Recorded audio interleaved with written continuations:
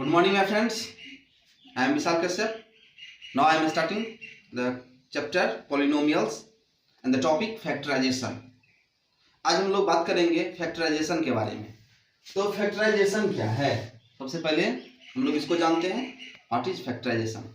तो फैक्टराइजेशन में आप एक चीज देख रहे होंगे, वो है फैक्टर, FACTOR, फैक्टर। तो सबसे पहले जानेंगे ये फैक्टर क्या है। फैक्टर क्या है, इस क्रम में हम देखेंगे कि फैक्टर्स, मान लेते हैं कि कोई पॉलिनोमियल अगर है px, a polynomial gx is called factor of polynomial px if gx divides px exactly. It means that अगर कोई पॉलिनोमियल px हो और कोई पॉलिनोमियल gx उसको पूरी काट देता हो, यानी उसमें पूरी वह डिवाइड कर देता हो, तो वह gx क्या कहलाएगा, px का फैक्टर कहलाएगा। अब एक छोटा सा डेफिनेशन आप लिख लीजिए। हम डेफिनेशन लिखते हैं, देखिए ए पॉलिनोमियल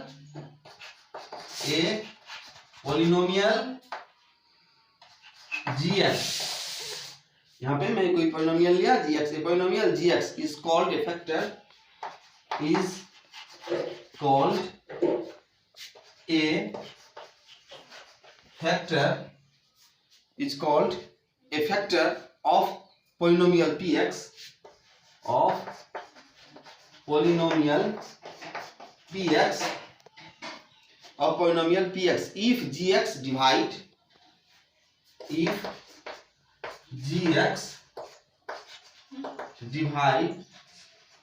px exactly।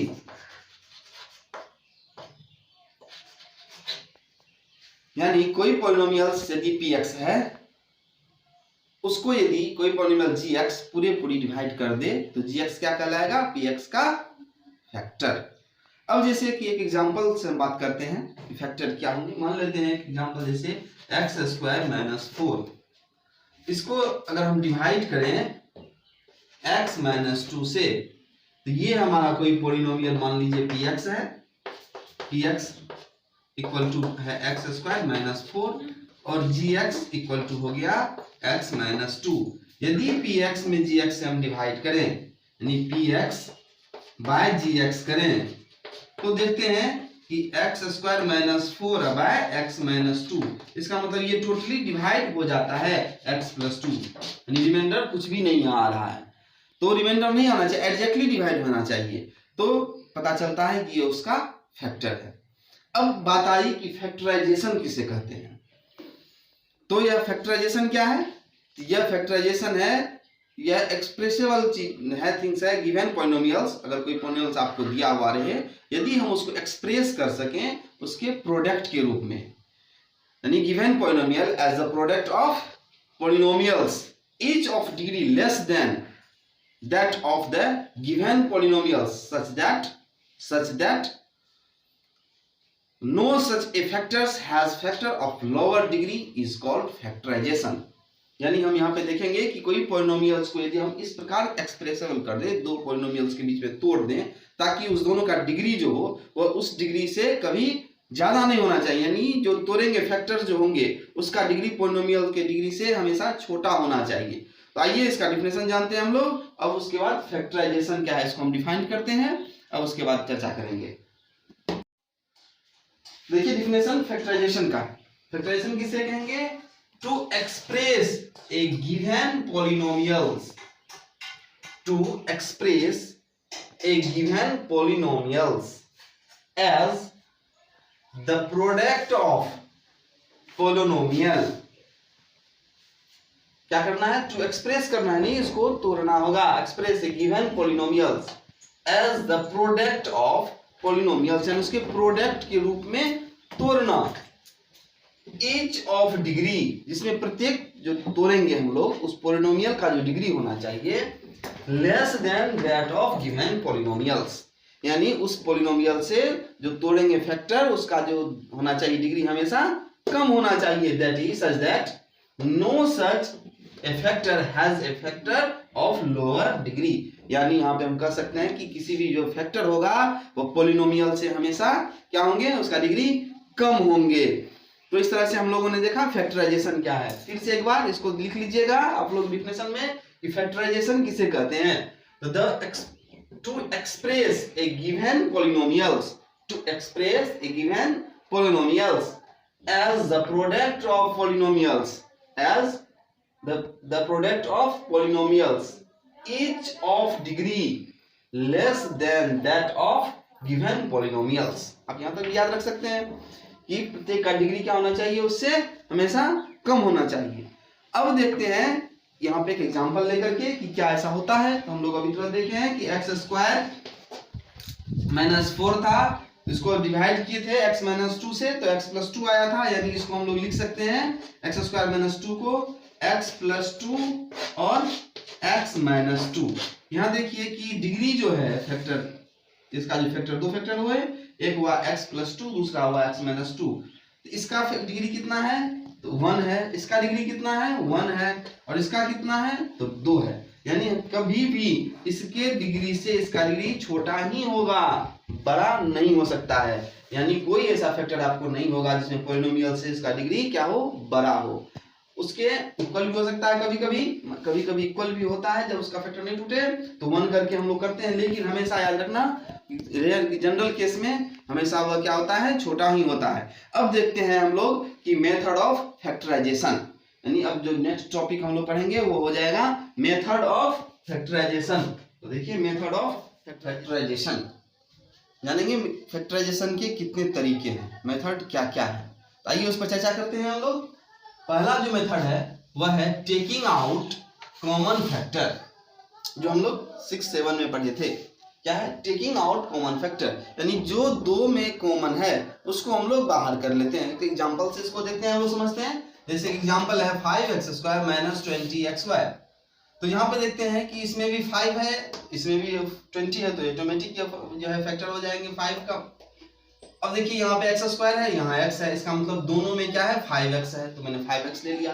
तो 5x लेने के बाद यहाँ क्या बच रहा है, x बच रहा है, और यहाँ क्या बच रहा है तो 4 इसमें और y इसमें। तो कॉमन लेने के बाद यह क्या आया 5x into x minus 4y, यानी ये इसको क्या किया हम लोग, दो पॉलिनोमियल में तोड़ दिए, एक्सप्रेस कर दिए। तो यह कहलाता है टेकिंग आउट कॉमन फैक्टर। यानी यह मेथड क्या है कि अब जो दो या दो से अधिक टर्म है उसमें से जो कॉमन आ रहा है हम उसको बाहर कर लेते हैं। ये क्लास 6-7 की बात है, तो इस बात को हम लोग जानते होंगे। तो पहला हो गया method taking out common factor. अब दूसरे मेथड की बात करते हैं, वह है फैक्टराइजेशन बाय ग्रुपिंग। ये क्लास 8 में भी हम लोग पढ़े थे कि ग्रुपिंग में कैसे फैक्टराइजेशन करेंगे।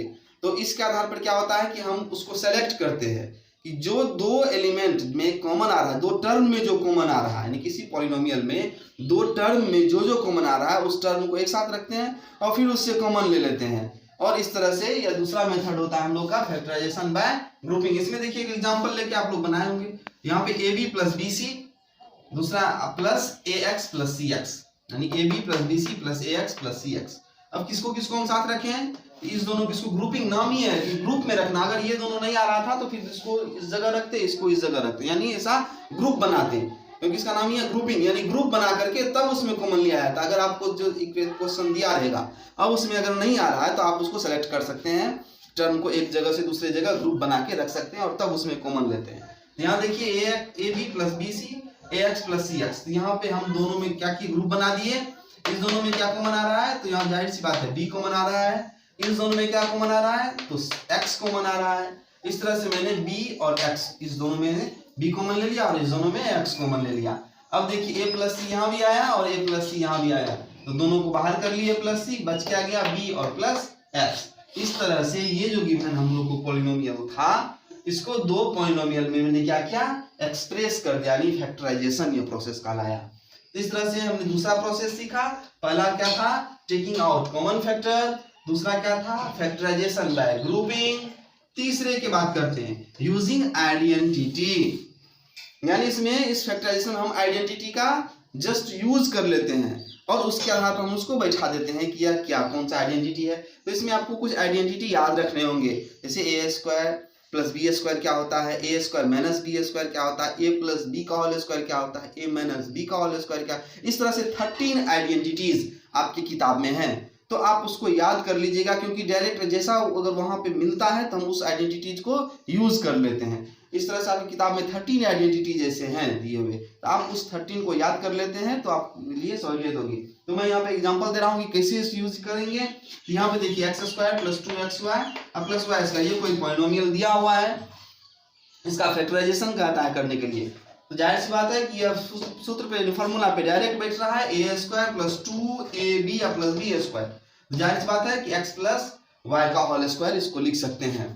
यहाँ पे यूज क्या किए हम लोग, आइडेंटिटीज का यूज किए। इस तरह से अगर यहाँ पे x³ - y³ रहता तो डायरेक्ट हम आइडेंटिटी का यूज करके उसका फैक्टराइजेशन कर सकते थे। तो इसमें थोड़ा सा है कि आप कुछ आइडेंटिटी को याद रखना होगा ताकि उसमें हम लोग उसका यूज कर सकें। अब देखिए चौथा है फैक्टराइजेशन ऑफ क्वाड्रेटिक ट्राइनोमियल। अब क्वाड्रेटिक ट्राइनोमियल जो होता है, तो क्वाड्रेटिक है पहला, तो जाहिर सी बात है इसमें 2 होंगे पावर, और इसमें ट्राइनोमियल है तो टर्म 3 होंगे।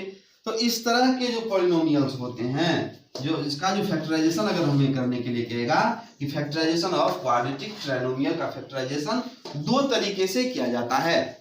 क्लास 9th में जो है और 8 में हमने इसको पढ़ा है, और वह होता है मिड एक्सप्लिटिंग टर्म।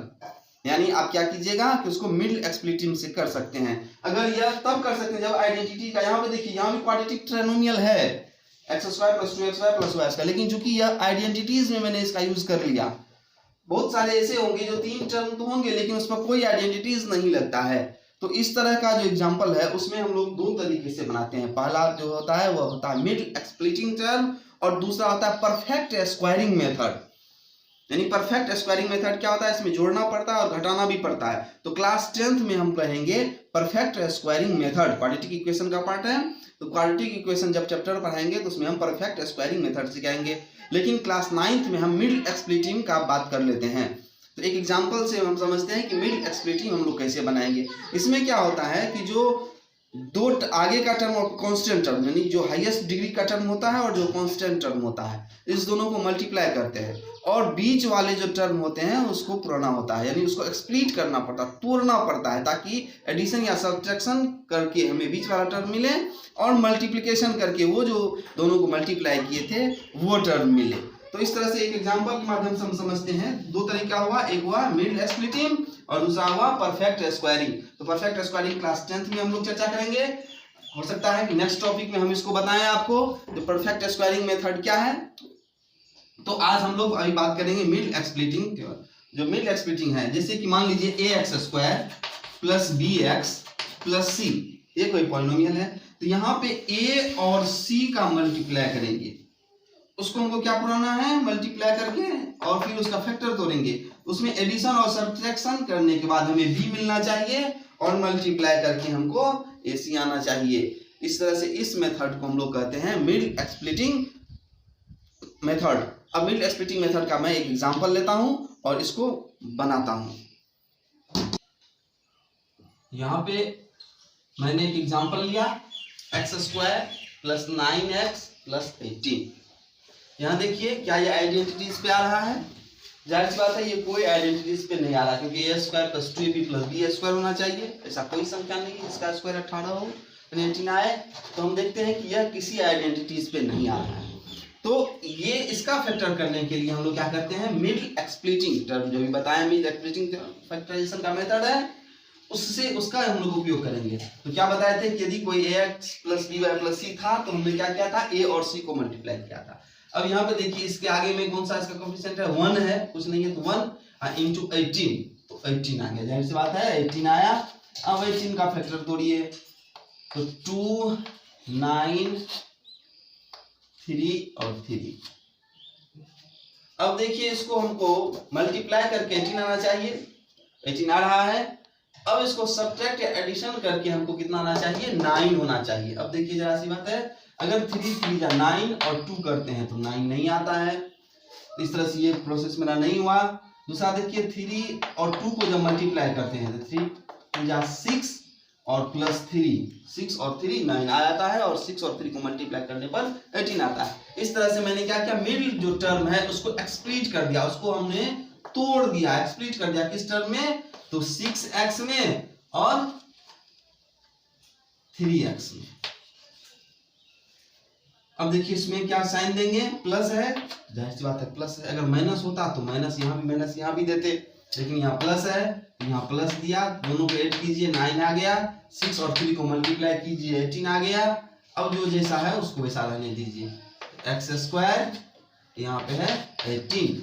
अब देखिए ग्रुपिंग से हम लोग क्या करेंगे, इस दोनों में कॉमन लेंगे और इस दोनों में कॉमन लेंगे। आप इसको उल्टा भी लिख सकते हैं, यहाँ भी 3x और यहाँ भी 6x, क्योंकि मल्टीप्लिकेशन हमेशा कम्यूटेटिव होता है, तो यहाँ आप उल्टा भी लिख सकते हैं। और साइन में खाली ध्यान रखिएगा, यहाँ देखिए दोनों में क्या आ रहा है कॉमन, x आ रहा है, यहाँ x प्लस 6, इस दोनों में क्या कॉमन आ रहा है, तो x तो होंगे नहीं, यहाँ 3 है, तो यहाँ पे अगर हम लोग 3 ले लें तो क्या आएगा, x प्लस 3 6 18। अब देखिए यहाँ पे x प्लस 6 और यहाँ भी x प्लस 6 है, तो x प्लस 6 मैंने बाहर कर लिया, यहाँ क्या आया x प्लस 3।